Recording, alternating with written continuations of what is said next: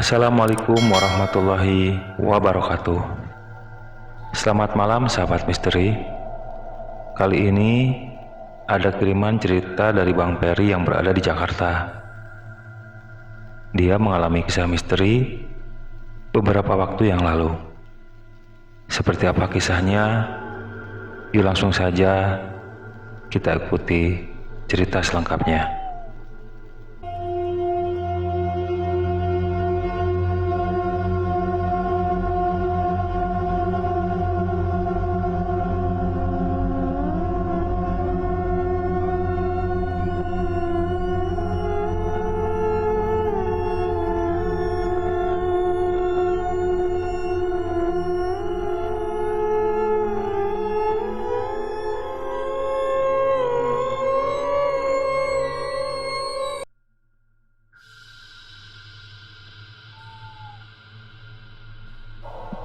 Berangkat dari kampung, sebenarnya niat Peri ingin mencari pekerjaan yang layak di Jakarta.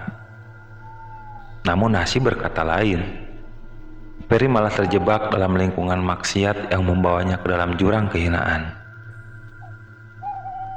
Bermodal ijazah SMA, dia berangkat ke Jakarta mencari pekerjaan. Selama mencari kerja, dia tinggal di rumah salah satu kerabat ibunya dari kampung yang membuka usaha warung nasi di Jakarta. Namun, setelah sebulan mencari kerja, Peri masih saja menganggur meskipun lamaran kerja telah dimasukkan ke beberapa HRD perusahaan.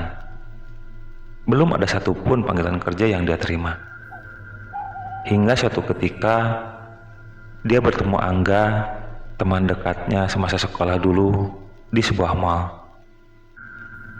Saat bertemu Angga, Peri melihat Angga sedang bersama seorang perempuan berusia sekitar 45 tahun.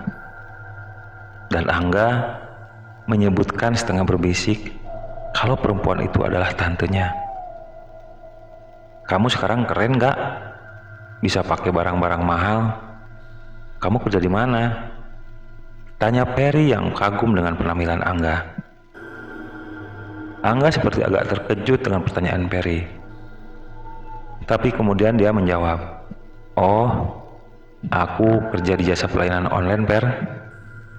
Kalau kamu sendiri kerja di mana?" Angga malah bertanya kepada Peri, "Aku masih nganggur nggak? Lagi nyari-nyari kerja. Di tempat kerjamu ada lowongan kerja tidak?"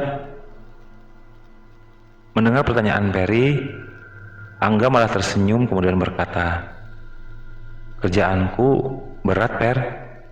Perlu tekad yang kuat dan tahan dari rasa malu untuk menjalaninya," ujarnya sambil tertawa kecil.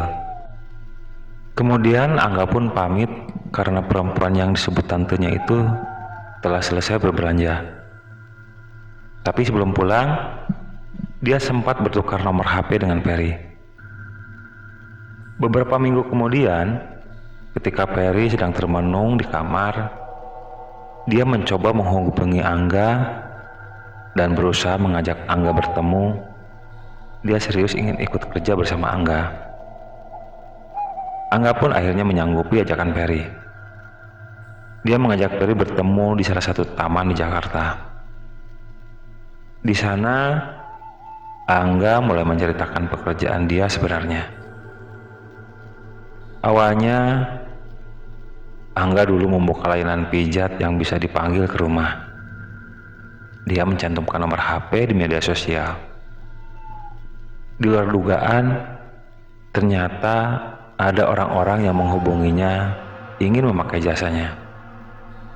Dan awal-awal, yang memanggilnya itu orang yang benar-benar ingin memakai jasanya untuk dipijat. Ada laki-laki dan perempuan. Tapi lama-lama, orang yang memanggilnya meminta servis yang aneh-aneh, yang ujung-ujungnya minta dilayani kepuasan seksualnya. Awalnya Angga takut, tapi lama-lama keenakan. Dan akhirnya Angga hanya melayani pelanggan perempuan saja untuk orang yang ingin memakai jasanya. Hari-hari berlalu, Angga semakin menikmati pekerjaan tersebut. Dan akhirnya, perempuan-perempuan yang memakai jasanya semakin lama semakin meningkat kelasnya. Dengan modal wajah tampan yang dimiliki Angga, dia tidak susah mencari pelanggan perempuan yang mempunyai banyak uang, yang kesepian karena suaminya sibuk kerja ataupun kurang puas diranjang dengan suaminya. Setelah memberikan penjelasan tentang kerjaannya, Angga bertanya kepada Ferry, "Gimana, kamu masih mau kerja seperti saya?" Ferry terdiam mendengar perkataan Angga. Ada keraguan di hati Ferry dengan kerjaan yang ditawarkan Angga. Tapi melihat Angga yang klimis dan terlihat cukup uang, akhirnya dia mau menerima tawaran Angga. "Tapi sebelum kamu mulai saya ajak kerja, badan kamu harus diurus dulu biar pelayananmu memuaskan. Terutama kamu harus diservis dulu biar tahan lama," ujar Angga sambil menunjuk ke arah bawah perut Ferry. Meski sedikit kurang paham, Ferry mengiyakan ajakan Angga. Dengan mengendarai mobil Angga, Ferry diajak menemui seseorang yang Angga anggap gurunya. Ternyata orang yang disebut guru oleh Angga itu seorang kakek-kakek yang rambutnya hampir memutih semua. "Begini kek, kedatangan saya mau minta tolong kepada kakek untuk mengurus badan teman saya ini. Seperti dulu saat badan saya diurus sama kakek," ucap Angga penuh rasa hormat kepada kakek-kakek tersebut. Kakek tua yang namanya sebut saja Mbah Sugeng menatap tajam ke arah Ferry seperti sedang menerawang isi hati Ferry. "Kamu siap dengan syarat dan segala risikonya, anak Ferry. Alat kelaminmu akan aku pasangi susuk perangsang birahi, biar pasangan yang berhubungan badan denganmu akan ketagihan," ujar Mbah Sugeng kemudian tertawa terkekeh-kekeh. Akhirnya setelah Ferry sebelumnya puasa 3 hari, Mbah Sugeng kemudian memandikan Ferry disertai bunga 7 rupa yang sebelumnya sudah dia persiapkan. Dan setelah dimandikan, Ferry disuruh tidur terlentang. Kemudian Mbah Sugeng memegang alat kelamin Ferry dan sekejap kemudian seperti ada semut menggigit alat kelamin Ferry. Lalu Mbah Sugeng berkata, "Sudah selesai nak Ferry, jangan lupa setiap malam Jumat Kliwon sediakan kopi pahit, kopi manis dan air gula putih di sudut kamarmu. Mulai sekarang kamu bisa rasakan gimana perkasanya alat kelaminmu saat berhubungan intim," ujarnya kemudian memasukkan sebuah keris yang tadi sempat dia tempelkan ke keningnya sebelum memasukkan susuk ke dalam alat kelamin Ferry. Setelah pulang dari kediaman Mbah Sugeng, Ferry tidak merasakan gejala apapun dalam dirinya.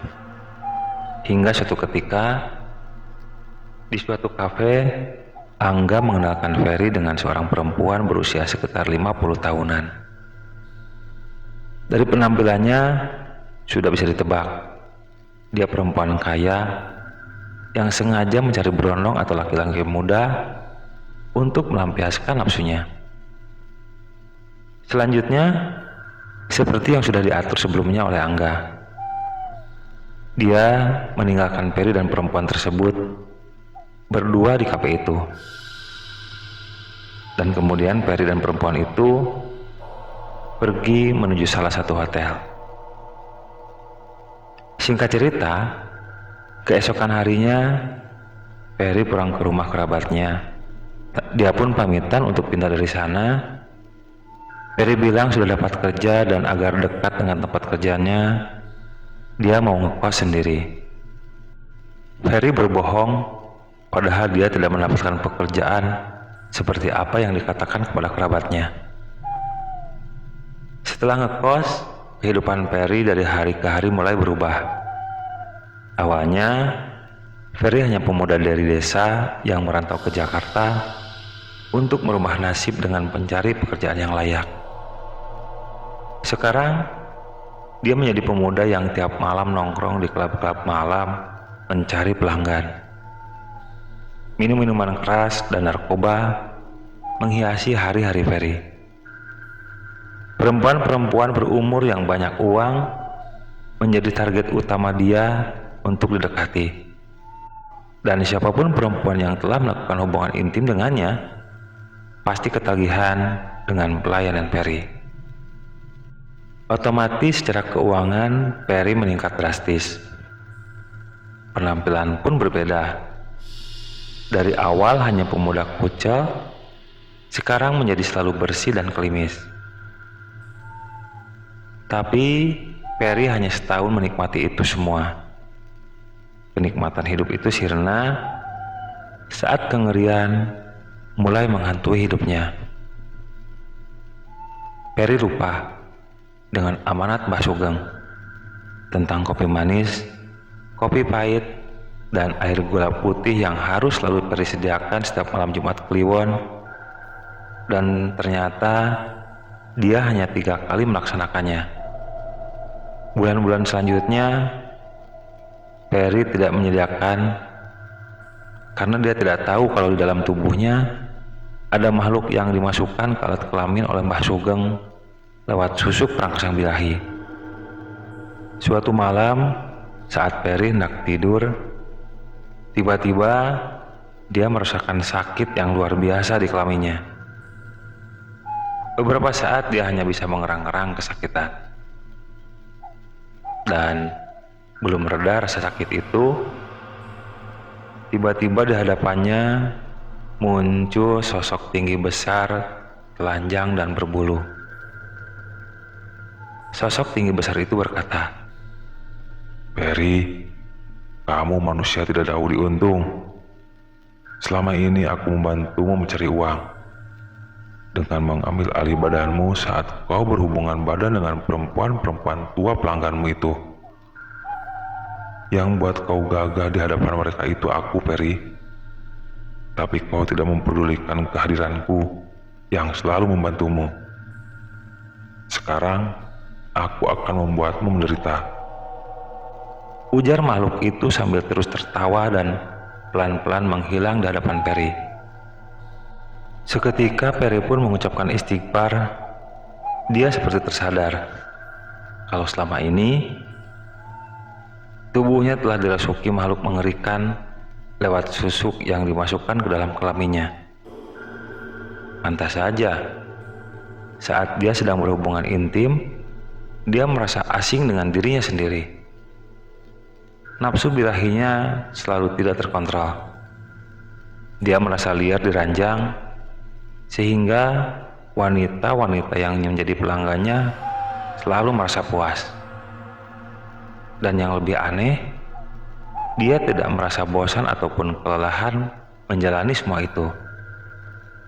Ternyata makhluk itulah yang sebenarnya melakukan hubungan intim dengan perempuan-perempuan pelanggannya. Dia hanya sebagai perantara saja.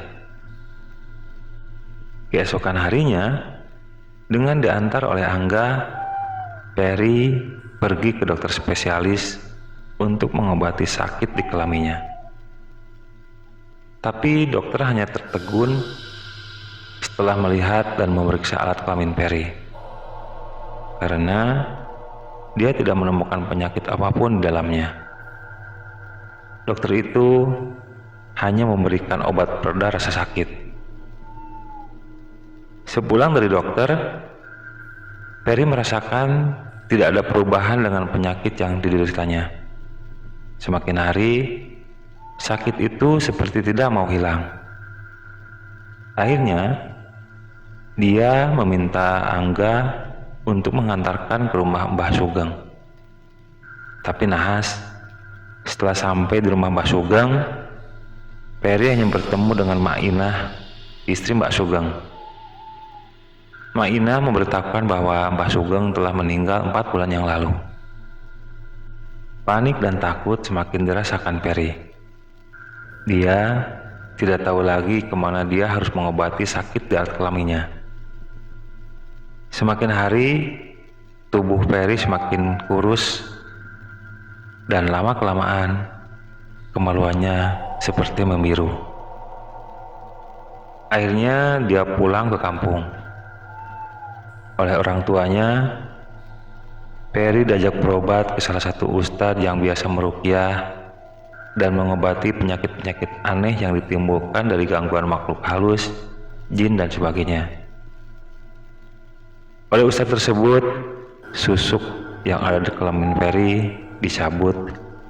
Kemudian Peri juga diberi ramuan khusus untuk diminum supaya alat kelaminnya tidak bengkak kembali ke ukuran sebelumnya. Kini Peri telah bertobat. Dia kapok tidak mau lagi memasang susuk ataupun diisi hodam dan lain-lain. Dia lebih mendekatkan diri kepada Allah yang telah memberikan kesembuhan kembali kepadanya. Semoga ada hikmah yang dapat kita ambil dari pengalaman hidup Peri. Wallahu a'lam.